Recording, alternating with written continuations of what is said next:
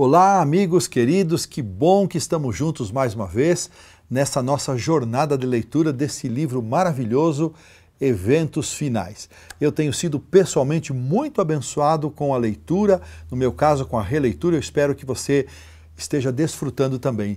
Lembre-se que nós disponibilizamos para vocês as várias opções de onde você encontrar esse texto, caso você não tenha o livro. É só olhar aqui na nossa tela embaixo, você vai acessar as várias opções para você localizar esse texto. E temos também ainda a oportunidade de ouvir a narração no audiobooks. Tudo são recursos que estão aí para nossa bênção para o nosso crescimento espiritual. Eu estou contente com a sua participação, muitos pedidos têm chegado de oração, muitas perguntas, muitas participações, e eu lembro você de continuar participando, de compartilhar também este link com seus amigos, pessoas que no meio de toda essa situação que estamos vivendo se sente perdida, o que realmente significa isso? A palavra de Deus tem as respostas e o estudo do livro Eventos Finais tem nos ajudado a ter uma compreensão mais clara de tudo o que está acontecendo. E antes de nós avançarmos para o capítulo 4, que é o nosso tema de hoje, eu quero convidar você a orar, curve sua fronte e vamos orar. Pai querido, agradecemos por esta oportunidade de mais uma vez estar junto com os nossos amigos de todas as partes do Brasil e de outras partes do mundo que entram aqui na nossa transmissão para acompanhar o estudo do livro Eventos Finais. Que o Senhor nos dirija, nos conduza, que tenhamos clareza de compreensão do significado dos acontecimentos e que, acima de tudo, Senhor, possamos nos preparar para encontrar o nosso Senhor. Oramos pelos nossos amigos, pelos seus pedidos, pelas pessoas por quem eles oram. Agradecidos, nós te pedimos em nome do Senhor Jesus. Amém. Muito bom. O capítulo de hoje é o capítulo 4 do livro, que tem como título A Igreja de Deus nos Últimos Dias. Eu gosto demais desse estudo e antes de nós irmos para as citações de Ellen White, eu quero convidar você a acompanhar a leitura aqui do texto bíblico de Apocalipse, capítulo 12, versículo 17. Diz assim o texto sagrado: Irou-se o dragão contra a mulher e foi pelejar com os restantes da sua descendência, os que guardam os mandamentos de Deus e têm o testemunho de Jesus. Esse é um texto muito significativo para os cristãos adventistas do sétimo dia que estão vivendo nessa fase da história deste mundo. Esse texto nos coloca numa perspectiva correta de quem são as pessoas que pertencem a este grupo chamado na Bíblia de restantes ou remanescentes. Esse é um grupo muito significativo e a Bíblia nos diz que o dragão se irou contra a mulher. O próprio capítulo 12 já vai explicar que o dragão é uma simbologia, uma forma de representar a Satanás. A mulher representa o povo de Deus, o verdadeiro povo de Deus, a igreja pura. E este dragão, Satanás, foi guerrear contra a mulher e foi pelejar contra os restantes da sua descendência. Essa palavrinha aí, restantes, resto ou remanescente, ela é significativa porque isso nos leva a dois períodos de tempo que aparecem aqui neste mesmo capítulo, no versículo 6, na forma de 1260 dias, e também no versículo 14, na forma de um tempo, tempos e metade de um tempo, que se referem ao mesmo período profético, que vai desde o ano 538 ao ano de 1798. Então, quando Satanás dedica todo o seu furor a perseguir a Igreja de Deus nesse período conhecido como o período da supremacia papal, e ele consegue destruir, tirar a vida de milhares e milhares de cristãos fiéis, sobra um remanescente, um restante. Ele não liquidou com todos os fiéis pertencentes ao povo de Deus. E é contra estes restantes, este resto, é que ele está irado nesse momento. E esse resto, esse restante, esse remanescente, tem uma característica. Na verdade, são duas características que tornam esse povo um povo distinto. E estas características estão aqui nesse verso que nós lemos. A guarda dos mandamentos de Deus e o testemunho de Jesus. A guarda dos mandamentos se refere aos 10 mandamentos. descreve a lealdade e ao reconhecimento deste remanescente à soberania de Deus manifestada na forma de obediência. O testemunho de Jesus, que é outra característica, refere-se ao testemunho que Jesus dá de si mesmo aos seus apóstolos e profetas. Esse é o testemunho, esse é o significado. Nós chegamos a essa conclusão combinando vários outros textos aqui do livro de Apocalipse, capítulo 1, versos 1 e 2, versos 8 e 9, depois 19 e 10 e depois 22, 8 e 9. A combinação destes textos nos faz chegar à conclusão de que o testemunho de Jesus representa o testemunho que Jesus entregou de si mesmo aos seus servos, os profetas. E esta entrega, a entrega do testemunho de Jesus, não tem um período de tempo determinado. Em qualquer tempo que ele decida entregar o seu testemunho, esse é o tempo que está valendo. Então tenhamos isso em mente antes de irmos para o livro. Quem é o remanescente de Deus? É o grupo de pessoas que estaria vivendo após 1798 e que seria distinguido, seria marcado pela guarda dos mandamentos de Deus e também pela presença no seu tempo do testemunho de Jesus, uma manifestação moderna do dom profético. Muito importante esta compreensão para termos um melhor entendimento do que nós vamos ler agora nos parágrafos do capítulo 4 do livro Eventos Finais, que você pode acompanhar no seu próprio livro, que você pode pegar aqui neste link que aparece embaixo, da forma como você achar melhor, ou pelo computador, ou pelo aplicativo no celular. Você também depois pode ouvir e acompanhar o conteúdo completo. Nós vamos apresentar aqui uma seleção de parágrafos, como já fizemos nas transmissões anteriores, que vão dar fortalecimento a essa compreensão bíblica que nós utilizamos para a introdução. Não se esqueça também de compartilhar este link com os seus amigos, gente que, como você, nesses dias de pandemia, está aí com um pouquinho mais de tempo disponível, estão em casa, então compartilhe, envie para as pessoas, mande também para nós perguntas, seus pedidos de oração e juntos nós, com a nossa equipe, nós estaremos atendendo todos vocês. Mas vamos lá então para os parágrafos de Ellen White do capítulo 4 que nós selecionamos. O primeiro parágrafo que eu quero mencionar está assim, ó: Deus tem na terra uma igreja que está erguendo a lei que foi pisada e apresentando aos seres humanos o Cordeiro de Deus que tira o pecado do mundo. Então, primeira característica que eu destaquei do remanescente é a lealdade e a obediência aos mandamentos de Deus.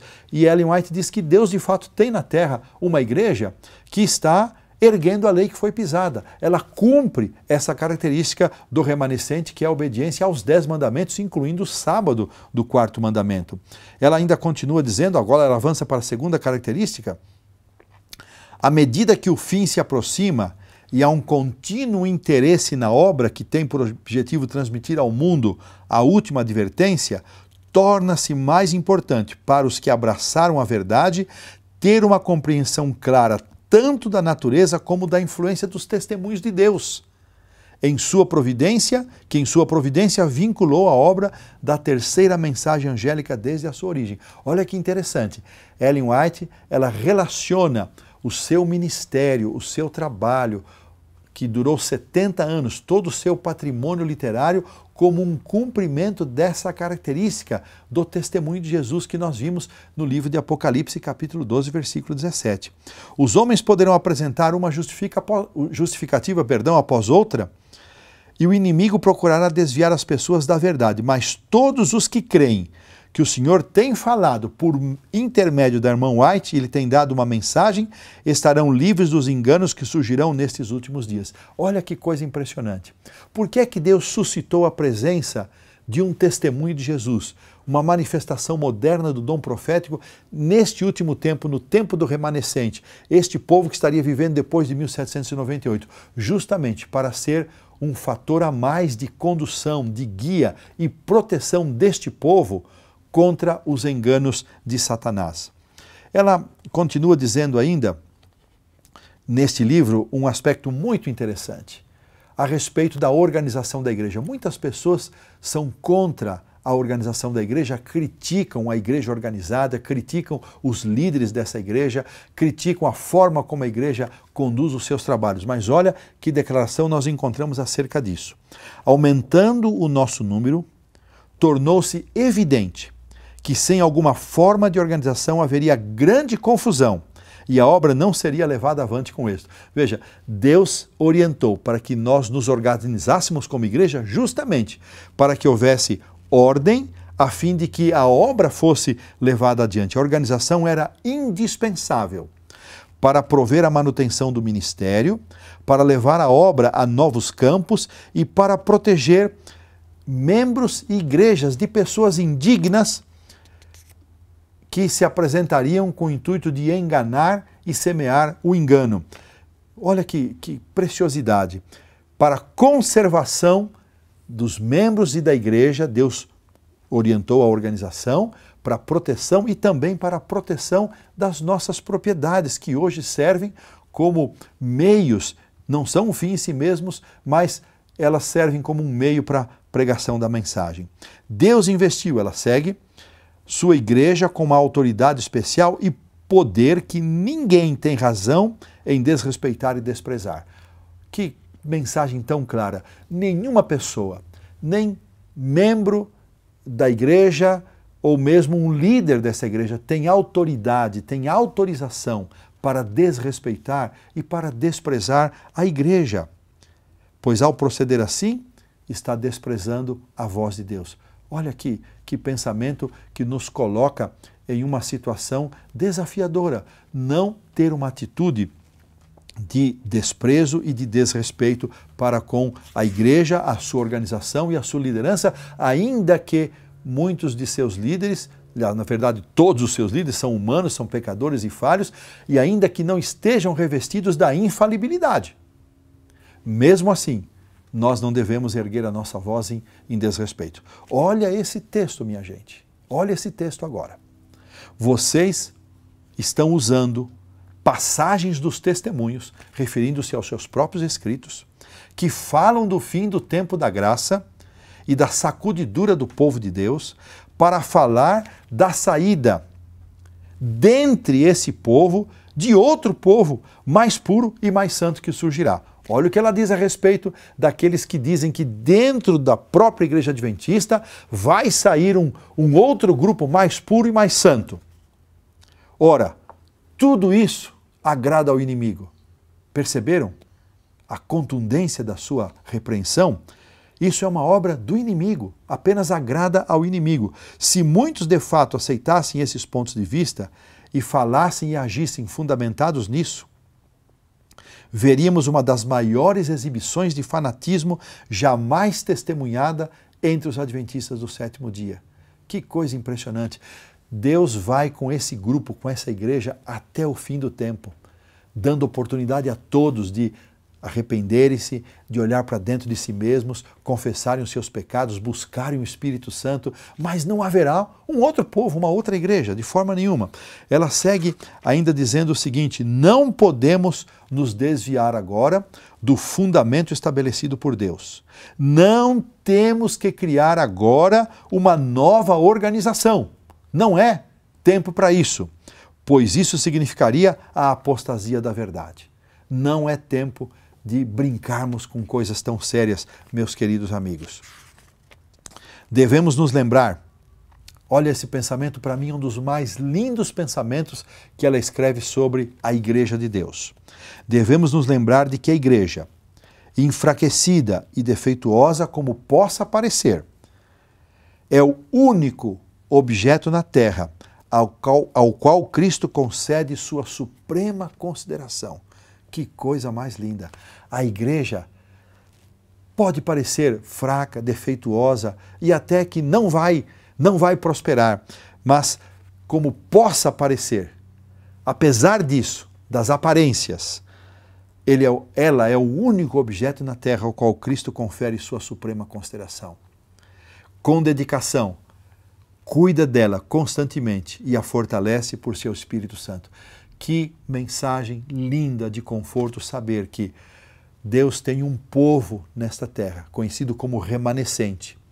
Este povo é reconhecido pela sua lealdade ao reconhecimento da soberania de Deus, na obediência aos 10 mandamentos e na aceitação da presença moderna dos testemunhos por meio do ministério de Ellen White. Esse povo remanescente, ele tem um compromisso de se pôr de pé e anunciar a mensagem recebida com grande responsabilidade, com amor, sem condenação, sem desprezo, sem crítica aos que creem e pensam de forma diferente. Mas temos essa obrigação. E da mesma forma como Cristo cuida da sua igreja como instituição, Ele cuida também de cada um de nós constantemente e nos fortalece por meio de seu Espírito. O remanescente é um estudo lindo, é um estudo teológico profundo que nós não temos condições de entrar em cada detalhe deste tema, mas o remanescente de Deus, Deus tem um remanescente visível e um remanescente invisível. Como adventistas, nós cremos que a Igreja Adventista cumpre as características do remanescente, mas isso não significa que somente os membros da Igreja Adventista do Sétimo Dia serão salvos. De forma nenhuma, nunca cremos nisso, não pregamos isso e não aceitamos isso. Agora, nós cremos sim que este povo tem uma grande responsabilidade, que é compartilhar o conhecimento dado por meio do Espírito Santo aos profetas de todos os tempos e a essa manifestação moderna do dom de profecia dada a Ellen White, que por 70 anos exerceu com responsabilidade, com amor e paixão esse ministério. E agora, um pensamento mais. A igreja militante, ou seja, a igreja da qual fazemos parte, essa igreja que está em atividade, não é a igreja triunfante.